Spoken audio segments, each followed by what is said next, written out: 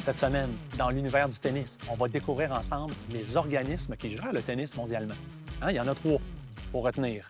Il y a l'ITF, il y a l'ATP, puis il y a le WTA. Donc, on va commencer avec le circuit ITF. L'organisme International Tennis Federation est situé à Londres, en Angleterre. Évidemment, c'est le siège social qui est à cet endroit-là.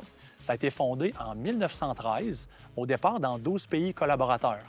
Bien, en 2016, déjà, il y a 211 pays maintenant qui font partie de l'ITF, qui contribuent à l'essor du tennis. C'est sûr qu'on est beaucoup à y participer. Le Canada en fait partie aussi. Alors, c'est sûr que cet organisme-là est très important parce qu'ils vont gérer là, tous les tournois mondialement au niveau junior, senior.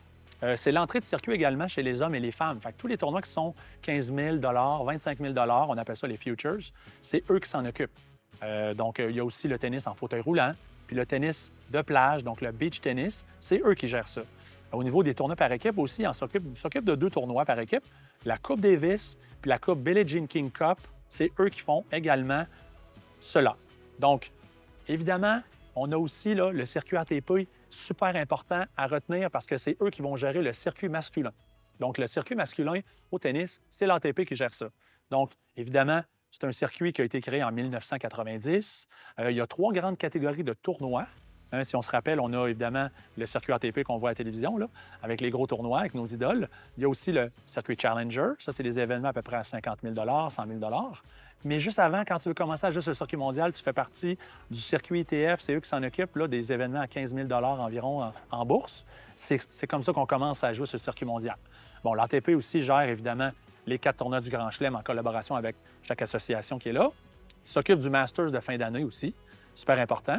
Ils vont gérer aussi tous les tournois Masters 1000. Donc, il y en a 9 présentement dans l'année. Écoute, il y en a un à Montréal et à Toronto également. C'est sûr qu'on est choyés, là, en alternance, les hommes, les femmes. C'est un tournoi qu'on voit chaque année au mois d'août ici. Ça s'appelle l'Omnium Banque Nationale. Il est de retour dans quelques mois à peine. Alors, ils gèrent aussi les tournois ATP 500, ATP 250. Puis, ces chiffres-là, bien, ça donne le nombre de points ATP aux gagnants. Fait que si quelqu'un, comme l'année passée, Félix avait gagné un tournoi, puis là, 2 ans également, sur le circuit ATP, bien, 250, ça lui avait donné 250 points au classement. C'est ce qui est important à retenir parce qu'il faut qu'ils défendent leurs points année après année. C'est ce qui est difficile à faire parce que comment on fait pour rester au top de la hiérarchie au tennis? Bien, il faut que tu défendes tes points de l'année précédente. C'est sûr qu'en défendant tes points, tant mieux. Sabalenka a défendu ses points en gagnant l'Open d'Australie une 2e année de suite, mais si elle avait perdu, bien, l'année d'après au classement, bien, elle aurait perdu des points forcément parce qu'elle aurait eu moins de points au bout de ces 2 semaines de travail. Alors, c'est ça qui est important de retenir. Les hommes, eux autres, c'est 18 tournois. Sur 18 tournois, ils prennent un peu les meilleurs résultats pour les hommes, là, puis c'est ce qui constitue le classement mondial. Maintenant, notre 3e organisme, on va s'en rappeler de départ, c'est le WTA.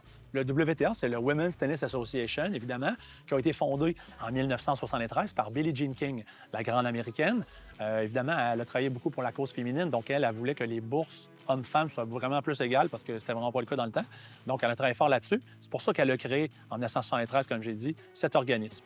Évidemment, les tournois féminins, bien, c'est un peu comme le circuit des garçons, des hommes dans ATP. Il y a 4 tournois du Grand Chelem. Ils ont 10 tournois WTA 1000 qui sont vraiment les top tournois. Montréal-Toronto alterne à chaque année. Justement, l'Omnium Banque Nationale qui s'en vient, c'est là-dedans. Championnat féminin de fin d'année, WTA. Et ensuite, ils ont des tournois WTA 500, 250, 125 également, un petit peu comme le circuit masculin. Eux, c'est 16 tournois qui vont se servir pour constituer leur classement. Vous voulez en savoir davantage, consultez sur Internet. Leur site est très bien fait. Vous allez pouvoir avoir peut-être des tournois au Canada qu'on peut aller voir. Il y en a d'autres, des tournois dans ces circuits-là. Il faut aller se renseigner. Allez voir ça.